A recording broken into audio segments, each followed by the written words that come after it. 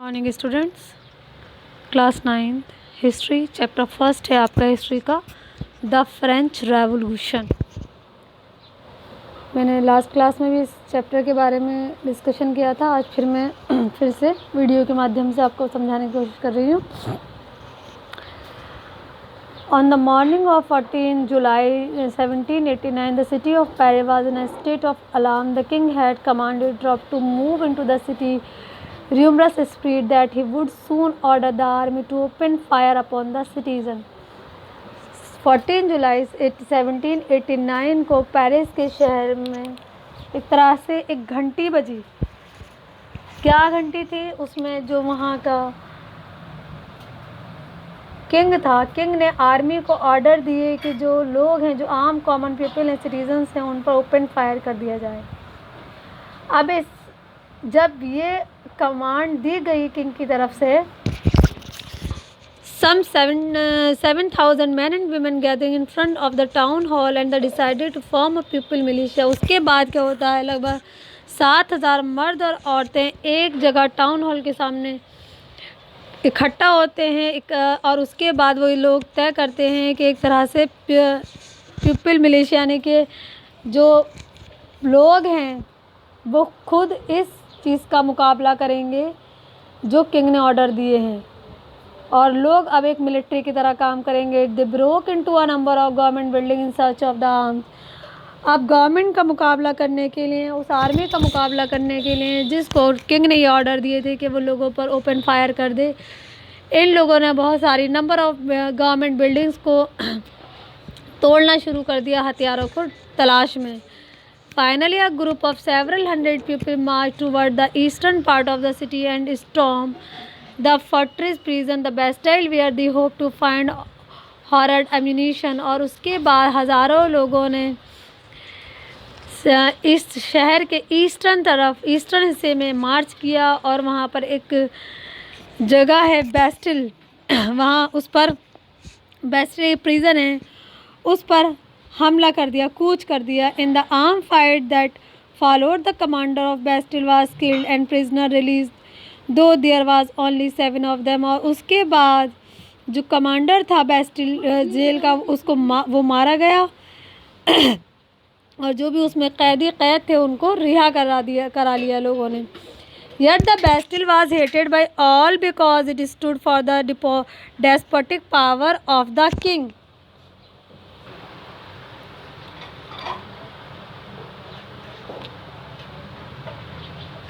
Yet the Bastille was hated by all because it stood for the despotic power of the king। इन लोगों ने क्या किया कि Bastille jail का जो कमांडर था उसको मार दिया इस भीड़ ने, और उसके बाद जो भी वहाँ पर कैद थे उनको रिहा करा दिया। ये वो लोग थे जो किसके अगेंस्ट थे? किंग के अगेंस्ट थे। किंग के अगेंस्ट क्यों थे? क्योंकि किंग डेस्पोटिक हो चुका था, इसलिए किंग डेस्पोटिक हो चुका था। किंग अपनी पावर का मिसयूज़ कर रहा था। किंग ने ये ऑर्डर दे रखे थे कि सिटीजन्स पे ओपन फायर कर दी जाए। इस वजह से ये लोग किंग के अगेंस्ट चले गए थे, common people. The fortress was demolished and its stone fragment was sold in the market to all those who wish to keep a souvenir of its destruction। और लोगों ने क्या तय कर लिया था कि वो सब कुछ बर्बाद कर देंगे। यानी सब कुछ बर्बाद करने का मतलब ये है कि किंग क्योंकि डेस्पोटिक हो चुका था, इसलिए लोगों ने भी इसको डेमोलिश करने का सोच लिया था। The days that followed some more writing both in Paris and the countryside. और ये वो वक्त था कि जबकि पेरिस में और पेरिस के आसपास वाले जगहों पर क्या चल रहे थे? दंगे हो रहे थे। Most people were protesting against high price of bread. अब सवाल ये उठता है कि लोग दंगे क्यों कर रहे थे? क्या वजह थी कि लोग सड़कों पर उतरे हुए थे? क्या वजह थी लोग दंगे कर रहे थे? वजह ये थी कि जो ब्रेड होता है, रोटी, उसकी जो कीमत थी वो भी बहुत ज़्यादा थी। आम जन की पहुंच से बहुत दूर कर दी गई थी रोटी तक भी आम जनता की, आम सिटीजन्स की पहुंच नहीं थी, जिसकी वजह से लोग प्रोटेस्ट करने पर उतर आए थे और वहाँ पर दंगे हो रहे थे जगह जगह। Much later when historians looked back upon This time they saw it is the beginning of chain of events that ultimately led to the execution of the king in France. और उसके बाद कई ऐसे इवेंट्स हुए, कई ऐसी चीज़ें हुई जिनको कहा गया है कि एक तरह से चेन शुरू हो गई, ऐसे इवेंट शुरू होना लगातार उनकी शुरुआत हो गई कि जिसकी वजह से आखिरकार किंग को वहाँ पर एग्जीक्यूट किया गया, यानी कि किंग को फांसी देनी पड़ी। Though most people at the time did not anticipate this outcome, how and why did this happen? और जो लोग थे वो ये भी नहीं समझ पा रहे थे कि कैसे हो रहा है, क्या हो रहा है, हालात ऐसे हो गए थे। आपको सोचिए, जब एक आम इंसान से रोटी भी दूर कर दी जाए, एक रोटी जैसी चीज़ उसकी पहुंच से दूर हो, तो हालात कैसे हो जाएंगे। बिल्कुल वही वहाँ हो रहा था कि दंगे हो रहे थे, और इसके लिए जिम्मेदार कौन था? वहाँ का king. The French society during late 18th century. देखिए लेट 18th सेंचुरी में फ्रेंच सोसाइटी को, देखो क्या था, फ्रेंच में एक तरह से इक्वालिटी नहीं थी। फ्रेंच रेवोल्यूशन इस वजह से हुआ था, the whole society was divided into 3 different categories. पूरी सोसाइटी को 3 कैटेगरीज में डिवाइड कर दिया था, फर्स्ट स्टेट, सेकंड स्टेट और थर्ड स्टेट। फर्स्ट स्टेट में कौन लोग आते थे? फर्स्ट स्टेट में आते थे क्लर्जी, सेकंड स्टेट में आते थे नोबिलिटी, और थर्ड स्टेट में आते थे businessman, merchants, court officials, lawyers, peasants and artisans, small peasants, landless labour and servant. ये वो लोग थे जो थर्ड स्टेट में आ रहे थे। फ्रेंच में हो क्या रहा था, जो फर्स्ट स्टेट और सेकंड स्टेट के लोग थे उनको तो तमाम प्रिविलेजेस, तमाम गवर्नमेंट सुविधाएं हासिल थी, और जो थर्ड स्टेट के लोग थे, फर्स्ट और सेकंड स्टेट के लोगों को तमाम प्रिविलेजेस हासिल थी, तमाम सहूलतें उनके लिए थी, तमाम गवर्नमेंट फैसिलिटीज़ उनके लिए थी। लेकिन जो थर्ड स्टेट के लोग थे उनको किसी भी तरह की कोई भी गवर्नमेंट फैसिलिटी प्रोवाइड नहीं थी, किसी तरह की कोई प्रिविलेज हासिल नहीं थी। इवन के वो मजबूर क्या थे कि उनको टैक्स भी देना होता था, यानी कि थर्ड स्टेट के लोगों की पहुंच से रोटी भी दूर थी, यानी कि वो उनके अप्रोच में रोटी भी नहीं थी। रोटी की प्राइस, ब्रेड की प्राइस इतनी बढ़ाई जा चुकी थी, और जो थर्ड स्टेट के लोग थे उन पर टैक्स का बोझ भी था जो उनको हर हाल में भरना होता था। यानी कि फ्रेंच में इस डिवीज़न ऑफ स्टेट की वजह से लोगों के साथ जो वहाँ का आम जन, जो कॉमन पीपल थे, उनको इक्वली ट्रीट नहीं किया जा रहा था, जिसकी वजह से फ्रेंच रेवोल्यूशन हुआ। और जो लोग थे वो किंग के डेस्पोटिक रूल के अगेंस्ट चले गए, किंग के अगेंस्ट चले गए, क्योंकि किंग एक तरह से वहाँ पर मुनार्क हो गया था और मुनार्की हो गई थी, और लोग चाहते थे कि मुनार्की को ख़त्म किया जाए, एक रिपब्लिकन स्टेट इस्टेब्लिश किया जाए, एक डेमोक्रेटिक रिपब्लिकन स्टेट इस्टेब्लिश किया जाए। और लोगों ने वहाँ पर रिवॉल्ट कर दिया, और 1789 में क्या होता है? French revolution. और फ्रेंच रेवोल्यूशन होने की एक ये बहुत बड़ी वजह थी जो मैंने अभी आपको बताई है कि पूरी फ्रेंच सोसाइटी को 3 डिफरेंट स्टेट में डिवाइड कर दिया था, और तीनों स्टेट के लोगों को अलग अलग तरह से ट्रीट किया जा रहा था। फर्स्ट स्टेट और सेकंड स्टेट के लोग बिल्कुल फ्री थे, आज़ाद थे, उन पर किसी तरह का कोई बर्डन नहीं था। और जो थर्ड स्टेट के लोग थे तमाम बोझ उन पर थे, किसी तरह की उनको कोई फैसिलिटी हासिल नहीं थी, टैक्स का बोझ उन पर था, और वो टैक्स उनको हर हाल में भरना होता था। ठीक है,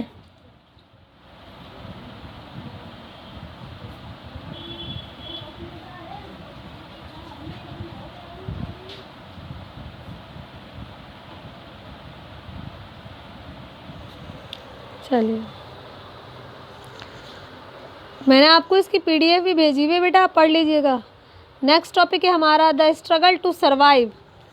द स्ट्रगल टू सर्वाइव, जैसे कि आपको हेडिंग से ही पता चल रहा है, क्या है कि अब सर्वाइव करने के लिए स्ट्रगल करना।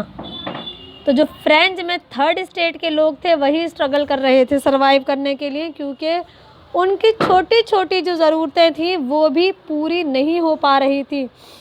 The population of France rose from about 23 million in 1715 to 28 million in 1789। देखो, जो फ्रांस की आबादी थी वो लगातार बढ़ रही थी। 1715 में फ्रांस की आबादी 23 मिलियन थी, और 1789 तक ये आबादी बढ़कर 28 मिलियन हो गई। इसका मतलब क्या हुआ कि जो आबादी थी वो तेज़ गति से वहाँ की बढ़ रही थी। This led to a rapid increase in the demand of food grain. Production of grain could not keep pace with the demand, so the price of bread, which was the staple diet of the majority, rose rapidly. अब देखो, जब population बढ़ेगी तो population की भी बढ़ती, population के साथ साथ लोगों की जो डिमांड्स है वो भी बढ़ती हैं। जैसे कि खाने पीने की चीज़ें होने चाहिए, फूड ग्रेन चाहिए, ये डिमांड बढ़ेगी। प्रोडक्शन ऑफ ग्रेन का प्रोडक्शन बढ़ना चाहिए, क्योंकि बढ़ती हुई आबादी है, आपको बढ़ती हुई आबादी की तमाम ज़रूरत को पूरा करना है तो आपको प्रोडक्शन भी बढ़ाना होगा। So the price of bread which was the staple. अब देखो, जो ब्रेड है वो क्या है, वो हमारी सबकी आपकी आम इंसान की ज़िंदगी का एक स्टेपल फूड होता है, स्टेपल डाइट है। और मेजोरिटी जो होती है वो रोटी पर ही डिपेंड करती है, ब्रेड यानी रोटी। अब क्या था, मैंने जैसा अभी आपको बताया था कि आम जन की पहुंच से रोटी भी दूर थी। Most worker were employed as labourers in workshop whose owner fix their wages. अब फ्रेंच में क्या थे, ज़्यादातर लोग वर्कर्स थे, यानी कि लेबर क्लास के काम से जुड़े हुए थे, लेबर वर्क करते थे। और वो दुकानों वगैरह पे जो काम करते थे वहाँ पर उनकी जो सैलरी थी वो फिक्स्ड थी। अब जब एक इंसान की सैलरी फिक्स्ड है तो खाने पीने की चीज़ें भी फिक्स्ड होनी चाहिए। अगर खाने पीने की चीज़ें बढ़ जाएं, उनकी प्राइस बहुत ज़्यादा बढ़ा दी जाए और वर्कर्स की, लेबर क्लास के लोगों की सैलरी ना बढ़े, तो उनके लिए उस बढ़ती हुई कीमत पर खाने पीने की चीज़ों को ख़रीदना बहुत मुश्किल होता है। और यही फ्रेंच में हो रहा था। But the wages did not keep pace with the rise in the prices. जो मैंने अभी आपको बताया कि जो उनके वेजेस थे वो नाकाफ़ी थे, वो इतने नहीं थे कि वो उस वेज की मदद से, उस वेज से जो उनको मिल रहा था, जो उनकी सैलरी थी उसकी मदद से वो अपने लिए प्राइस, जो ब्रेड है, जो रोटी है, जो खाने पीने की चीज़ें हैं, उनका भी इंतज़ाम कर पाते, क्योंकि उनकी कीमत बेइंतहा बहुत तेज़ी से बढ़ रही थी। So the gap between the poor and the rich widen. अब इसके नतीजा क्या निकल रहा था कि अमीरी और गरीबी का जो फ़र्क था वो डे बाय डे बढ़ता ही जा रहा था। Things become worse whenever drought or hail reduce the harvest. और ये चीज़ें, बहुत बुरे हालात वहाँ पर हो गए थे फ्रेंच में। और फिर क्या हुआ, वहाँ पर एक ड्रॉट, सूखा पड़ जाता है, फसल नहीं होती है। This led to subsistence crisis, something that occurred frequently in France during the old regime. और यहाँ पर एक तरह से क्राइसिस वाली सिचुएशन पैदा हो जाती है, बहरान आ जाता है और लोग समझ नहीं पाते कि वो इस बहरान से, इन क्राइसिस से कैसे बाहर निकलें, क्या करें, क्योंकि सूखा पड़ गया। ऑलरेडी खाने पीने की चीज़ों की किल्लत थी। अब देखिए, हाउ सब्सटेंस क्राइसिस हैपन, कैसे हुए, बैड हार्वेस्ट यानी कि सूखा पड़ गया, उसकी वजह से the poorest can no longer buy bread, गरीब इंसान नहीं ख़रीद पा रहा था। डिजीज़ एपिडेमिक, और उसके बाद वहाँ पर क्या होने लगा, महामारी फैल गई। आप इसको ऐसे भी समझ सकते हो बेटा कि इस वक्त क्या हो रहा है, इस वक्त पूरी दुनिया कोविड से सफ़र कर रही है। हम पूरा हिंदुस्तान, पूरी दुनिया, तमाम लोग कोविड से सफ़र कर रहे हैं। और इस कोविड जैसी महामारी में खाने पीने की चीज़ों की भी किल्लत हो रही है, ठीक है, क्योंकि सारे काम, सब कुछ ट्रांसपोर्ट, ये वो हर चीज़ बंद है, तो जिसकी वजह से बहुत ज़्यादा प्रॉब्लम्स हो रही है। अगर ये चीज़ें कंटिन्यू होती रहीं तो एक वक्त ऐसा आएगा कि लोग बहरान से जूझने लगेंगे, जो फ्रांस में 1789 में हुआ। और जो फ्रेंच रेवोल्यूशन था वो इन्हीं तमाम हालातों की वजह से वहाँ के लोगों ने रिवॉल्ट किया। Growing middle class envisages and to privileges.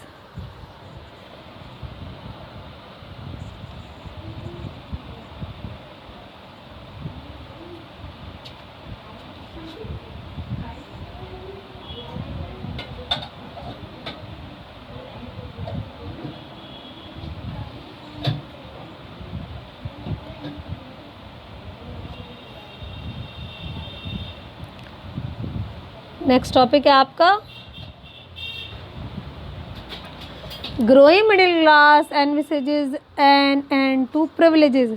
In the past, peasant and the worker had participated in a revolt against increasing taxes and food scarcity.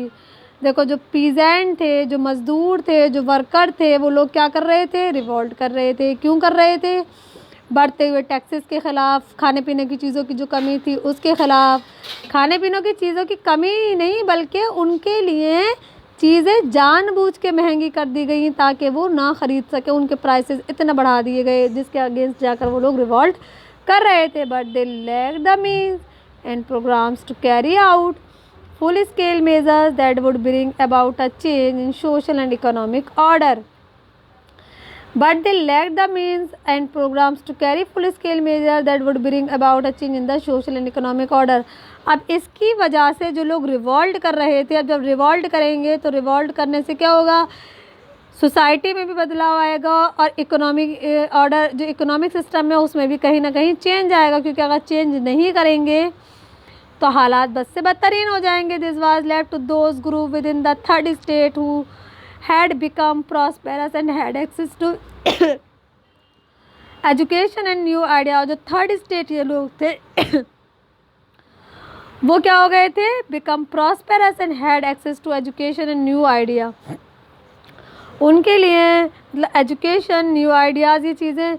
अब न्यू आइडिया थर्ड स्टेट के लोगों के लिए क्या था, उनके लिए नया न्यू आइडिया ये था कि रिवॉल्ट करना, सिस्टम को चेंज करना, सोशल जो सोसाइटी में सिस्टम चला आ रहा है उसको बदलना, ताकि जो खाने पीने की चीज़ें हैं वो उन तक वो आसानी से उनकी अप्रोच में आ जाएं, उन तक वो चीज़ें पहुंच सकें।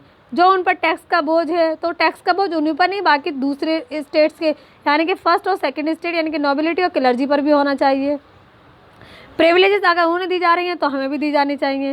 इस तरह के आइडियाज़ थर्ड स्टेट के लोगों के दिमाग में आने लगे। The 18th century witnessed the emergence of social group termed the middle class who earned their wealth through an expanding overseas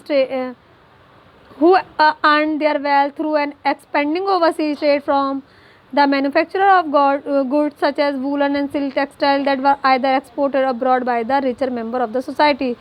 18th century में दिया गया कि कुछ नए सोशल ग्रुप उभर कर सामने आए जिनको मिडिल क्लास का नाम दिया गया। ये कौन लोग थे, ये वो लोग थे हु अर्न देयर वेल्थ। ये वो लोग थे जो किस तरह से कमाई कर रहे थे, ट्रेडिंग के ज़रिए, व्यापार के ज़रिए, कि ये नए गुड्स, नए सामानों को बनाते थे वूलन से, जैसे कि वूलन प्रोडक्ट्स हैं, जैसे कि सिल्क टेक्सटाइल है, इन चीज़ों को बनाना, मैन्युफैक्चर करना, फिर उनको क्या करते थे, ये एक्सपोर्ट करते थे ताकि उससे ये प्रॉफिट गेन कर सके। और brought by the richer member of the society, यानी कि उसको एक्सपोर्ट करते थे सोसाइटी के जो रिच लोग होते थे। In addition to merchant and the manufacturer the third state include profession such as the lawyer और administrative official. All these were educated and believe that no group in society should be privilege by the birth.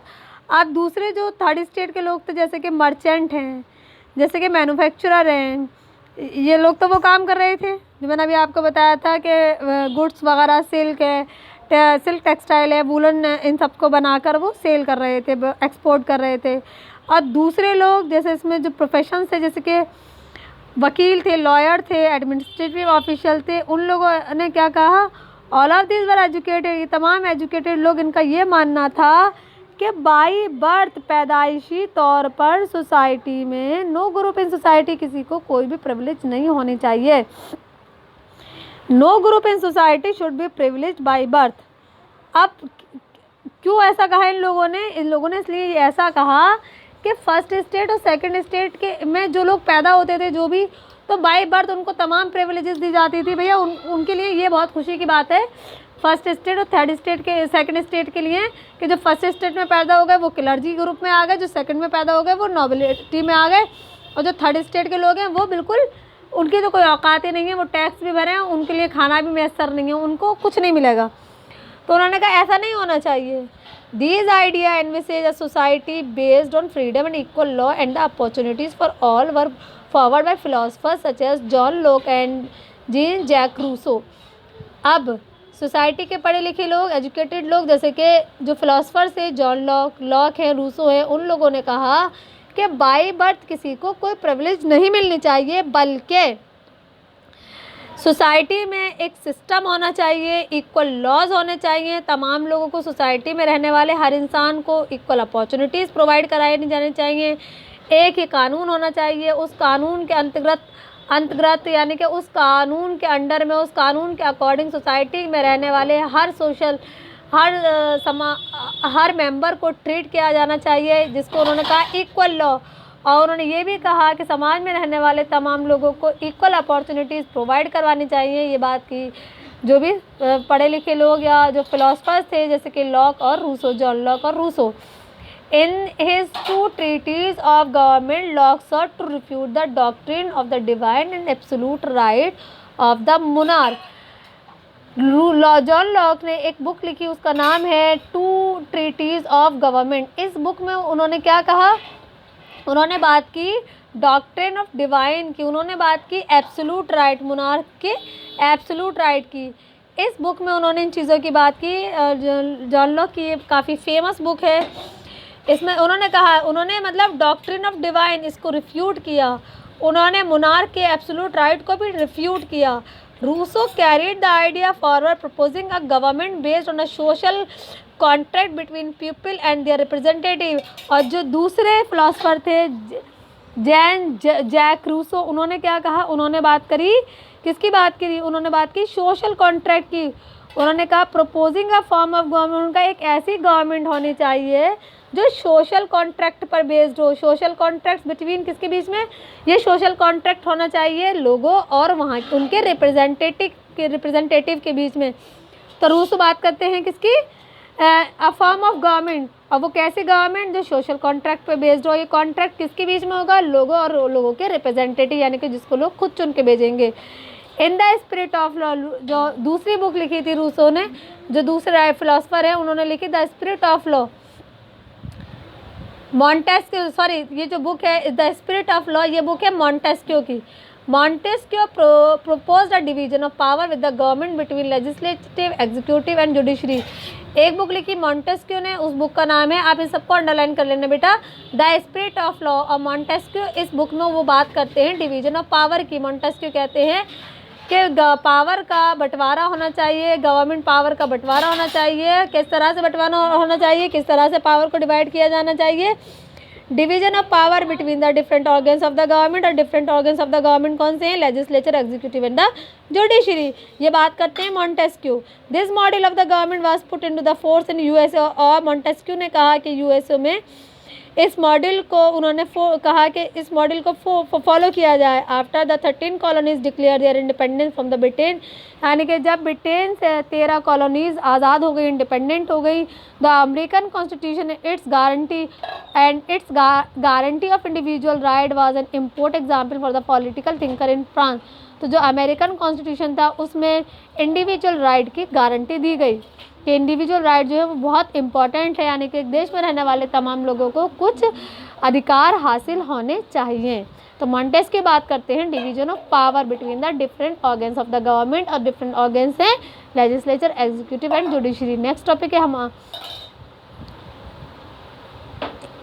The idea of this philosopher were discuss intensively in salons and coffee house and spread among people through book and the newspaper. और इन philosopher के जो ideas थे, इन ideas को हर जगह लोग discuss करने लगे, चाहे वो सलून में बैठ के कर रहे हैं, या कॉफ़ी की शॉप पे कर रहे हैं, या न्यूज़पेपर या बुक्स वगैरह को पढ़कर, क्योंकि हर जगह इनके आइडियाज़ को पब्लिश किया जाने लगा। लोग इन आइडियाज़ को पढ़ने लगे और इनसे इंस्पायर होने लगे। These were frequently read allowed in group for the benefit of those who could not read the end right. और लोगों को लगा कि ये जो आइडियाज़ हैं इन फिलोसफर के, ये हमारे लिए बहुत बेहतर हैं।